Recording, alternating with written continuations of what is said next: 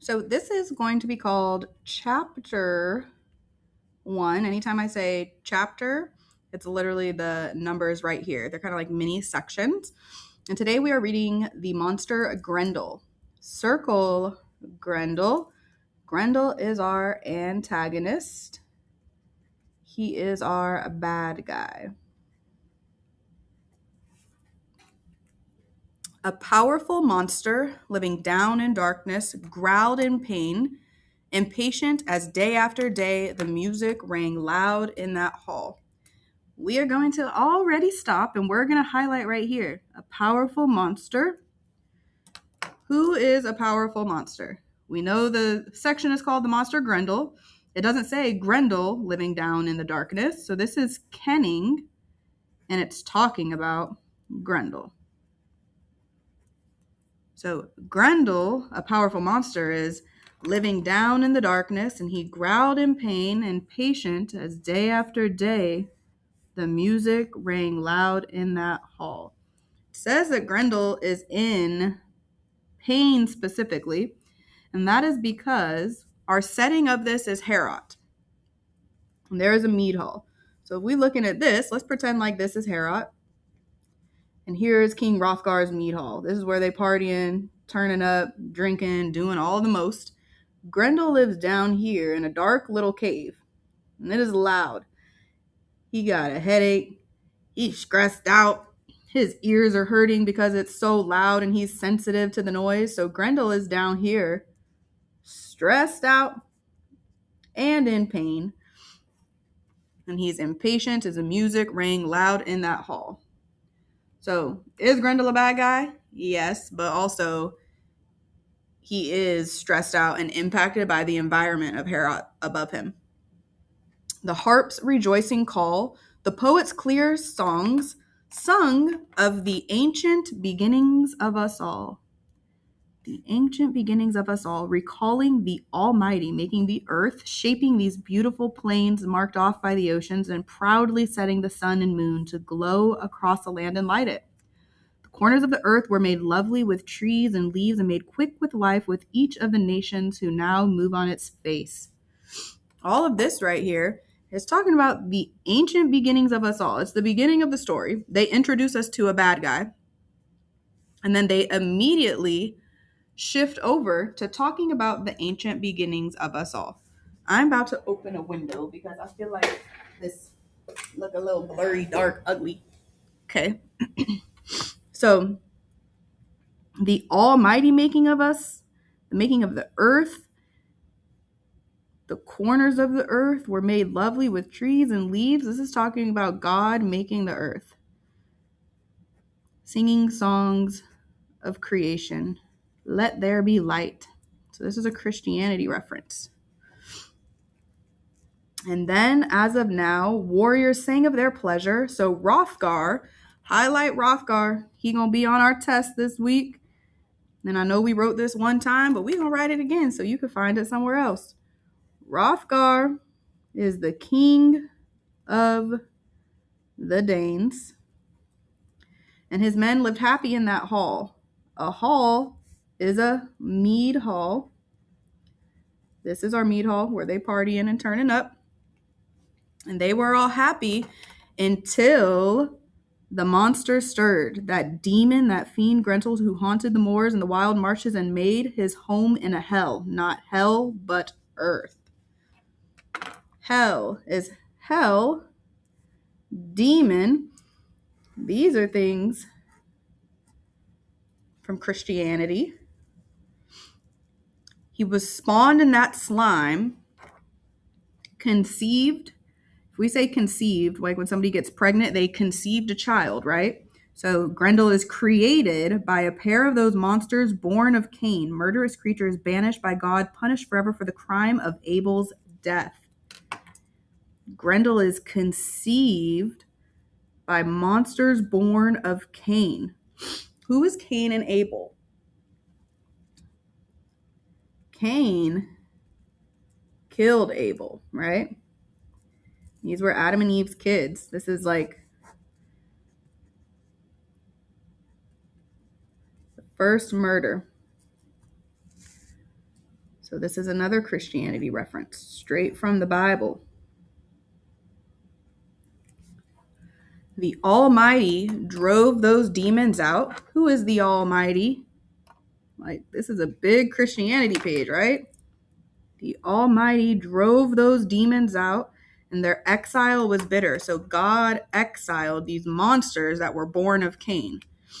There was monsters that split into 1,000 forms of evil, spirits and fiends, goblins, monsters, giants, a brood forever opposing the Lord's will, again and again defeated.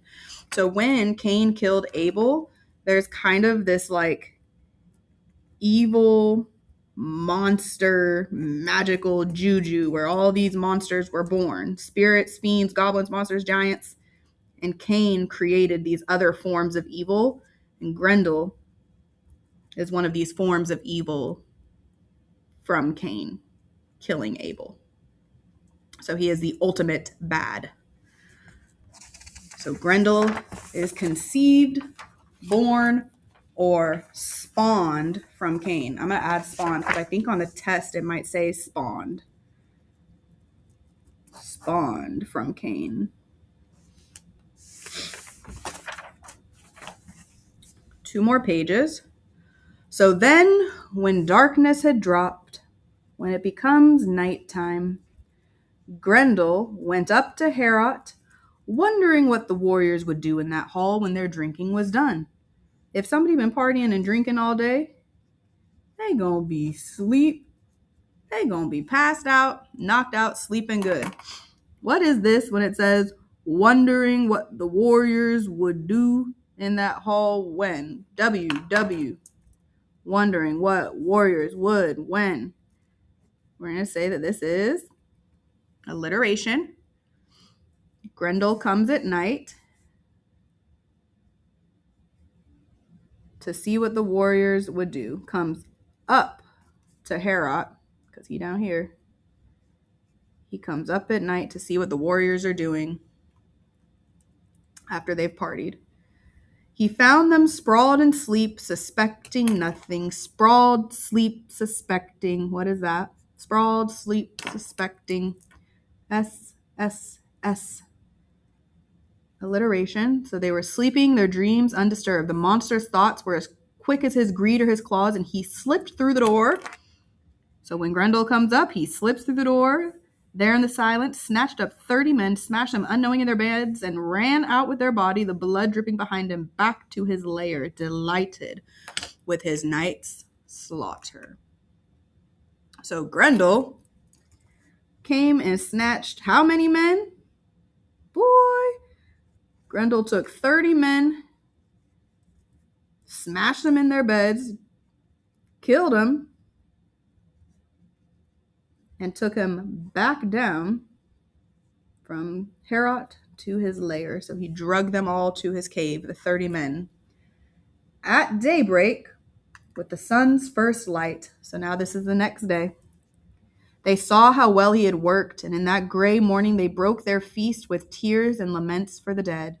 So they had just been partying and enjoying the mead hall, but now it is a gray morning, laments, tears, they're breaking their partying, and sad for the men that Grendel has killed.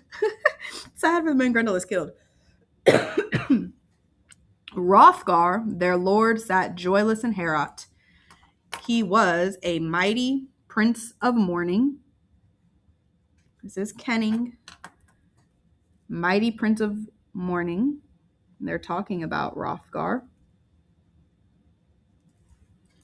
The fate of his friends and lost companions, knowing that by its track some demon had torn his followers apart. The fate. Is fate going to be a pagan or Christianity reference? It's going to be pagan, and fate on our quote finder, it's going to say find an example of weird word. So this means fate. That is a pagan reference. He wept, Hrothgar wept, fearing the beginning might not be the end. If we say that Hrothgar wept, fearing that the beginning might not be the end, what is that an example of? It's not an alliteration. It's not Christianity. It's giving us a hint that the beginning might not be the end. This is foreshadowing that things are going to stay not good. And that night, Grendel came again, so set on murder that no crime could ever be enough. No savage assault would quench his lust for evil. Then each warrior tried to escape him, searched for rest in different beds as far from Hera as they could find, seeing how Grendel hunted when they slept. Distance was safety. The only survivors were those who fled him. Hate had triumphed. This whole section right here, each warrior tried to escape him, searched for rest in different beds because Grendel hunted when they slept. Distance was safety. The only survivors were those who fled him. The only way to be free of Grendel was to leave Heorot. Heorot is where they live, to move away. Grendel was not going to stop. Hate had triumphed. So Grendel ruled and fought with the righteous, one against many, and won. So Heorot stood empty and stayed deserted for years. 12 winters of grief passed for Hrothgar, king of the Danes. So how much time goes by if it's 12 winters gone by? We are fast forwarding to 12 years later. 12 years done gone by. And Grendel's still killing people. Sorrow heaped at his door by hell-forged hands. His misery leaped the seas and was told and sung in all men's ears how Grendel's hatred began.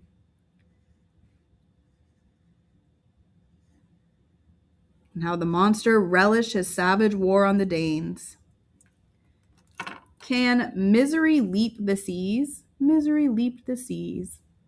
Misery can't really leap, so this is personification. Giving non-human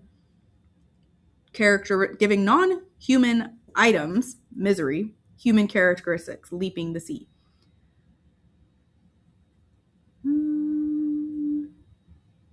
Keeping the bloody feud alive, seeking no peace, offering no truce, and accepting no settlement in gold and land, and paying the living with only one crime for another. This is saying that Grendel won't accept peace, no truce, no settlement, so he won't take money. He don't want no peace, no deal. All he wants is to keep killing. Only kill. That is all he wants. He said, I don't want y'all money. I want to kill y'all. Nope, no deal, dog. That's all I want. He was offering no truce. This is all. I didn't highlight it. I'll put a little box around it. That little area.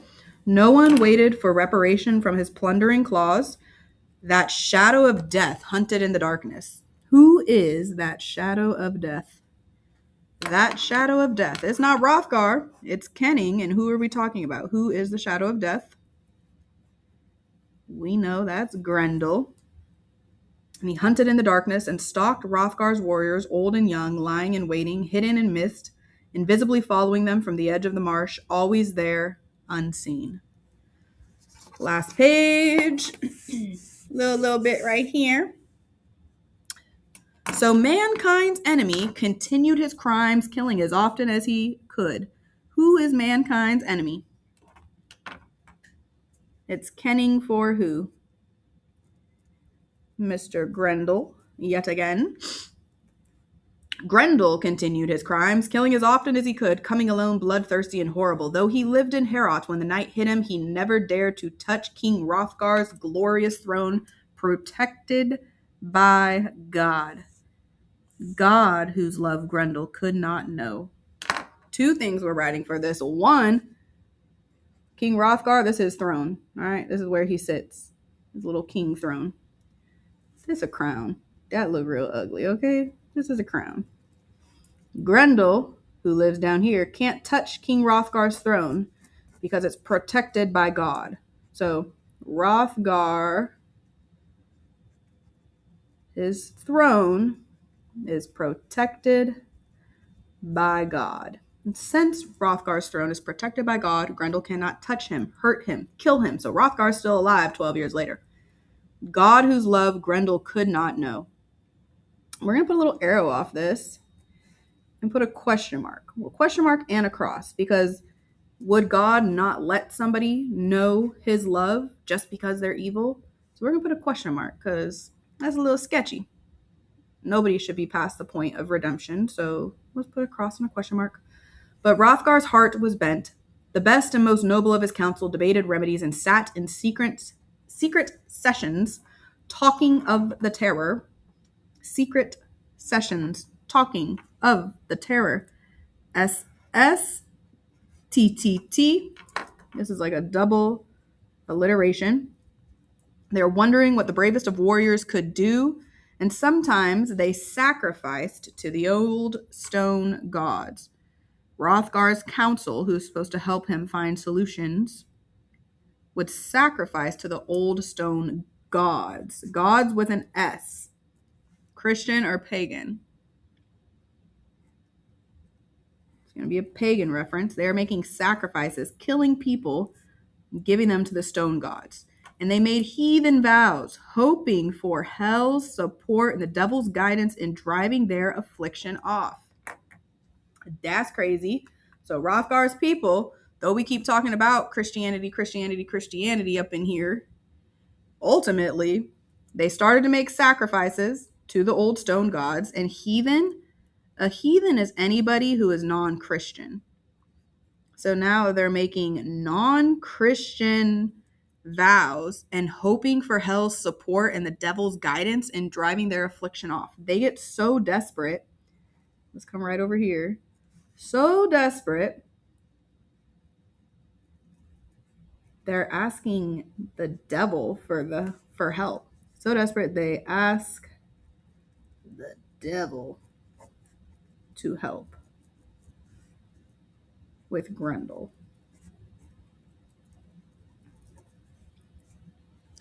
That was their way and the heathen's only hope. Hell always in their hearts, knowing neither God nor his passing as he walks through the world, the Lord of heaven and earth. Their ears could not hear his praise nor know his glory. So they started praying to the devil. That's the fact, right? That's a fact. They started praying to the devil. All this green, this is now an opinion. How do you spell opinion? Opinion. That's an opinion from our narrator. And the person who wrote down the story is a Christian monk. So he tells us, yeah, they so crazy, they started praying to the devil. He gives us that fact. And then he drops his opinion on it. His opinion is that's their only way. They don't know what else to do. They don't know God. And their ears can't hear God's glory. So he's talking trash on them. He's like, yeah, they don't know God. That's why they act like this. They ratchet. They praying to the devil. They doing all this because they don't know the Lord. On heathens, so on pagans and non-Christians. And then he ends with a warning. Put an arrow off this last little bit. Pretty sure on our quiz it says, what's the creepy warning that chapter 2 is ended with? So chapter 2 ends with a warning. And this warning says, let them beware that those who are thrust into danger and clutched at by trouble, yet carry no solace in their hearts, cannot hope to be better. Hail to those who will rise to God and drop off their dead bodies to seek our Father's peace. So let them beware. This is the narrator saying, warning, y'all do what y'all want, but hail to those who will rise to God and drop off their dead bodies and seek our Father's peace. So he's saying, y'all go ahead and pray to the devil if you want. But, so you do you. But those who rise to God, those who believe, those who follow God, drop off their dead bodies and seek our Father's peace. He's saying, if you follow God, don't worry. Because when you die, drop off your dead body and seek our Father's peace. You're going to heaven when you die. And that's good. Yay, you go to heaven when you die. So who cares if Grendel kills you and rips you apart and eats your whole family? Because if you believe in God, you're going to go to heaven. So, dude, you're good. No worries. That's what the narrator ends the warning with. If you don't pay, if you don't know God, you're shot out. We can't hope you to be better. You're going to die and you're shot out. But if you believe in God, do not worry. You are going to go to heaven when you die. And this is Christian. His warning is very Christian laced. And that's because this is a pagan story.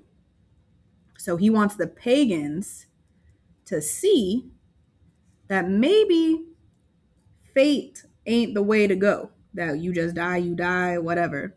He's saying instead, heaven is the goal. So he's trying to introduce heaven to the pagans instead of their views of fate. This is our last little section. I'm only going to read through it and highlight as we go. I'm going to read this whole passage and then we're going to put one or two notes. So in chapter 3, we meet Beowulf right here. So the living sorrow of Healfdane's son simmered bitter and fresh, and no wisdom or strength could break it. That agony hung on king and people alike, harsh, unending, violent, cruel, and evil. Sad. Stuff still sucks for them. In his far-off home, Beowulf, Hygelac's follower and the strongest of the Geats, greater and stronger than anyone anywhere in this world, heard how Grendel filled knights with horror and quickly commanded a boat filled out, proclaiming that he'd go to that famous king, would sail across the sea to Hrothgar now when help is needed. He heard how Grendel filled the knights with horror. None of the wise ones regretted his going, much as he was loved by the Geats. The almonds were good, so Beowulf chose the mightiest men he could find, the bravest and the best of the Geats, 14 in all. Bravest and best of the Geats, 14 in all, and led them down to their boat. He knew the sea would point the prow straight to the distant Danish shore. There's 1, and then the omens were good. 2. Both of these green items are pagan references. The omens is when these selected people speak to the gods to get advice. Like they claim they only can speak to the gods. They speak to the gods to get advice. And then they communicate to people. So that's pagan. And then down here, he knew the prow would point straight to the distant Danish shore. That is weird. That is fate. Up here, Beowulf heard, so he wants to go help. Nobody asked him to come. He like, dog, I'm gonna come help you. Y'all need my help. And then right here, Beowulf takes 14 people with him to go help Hrothgar. And that's where the section ends.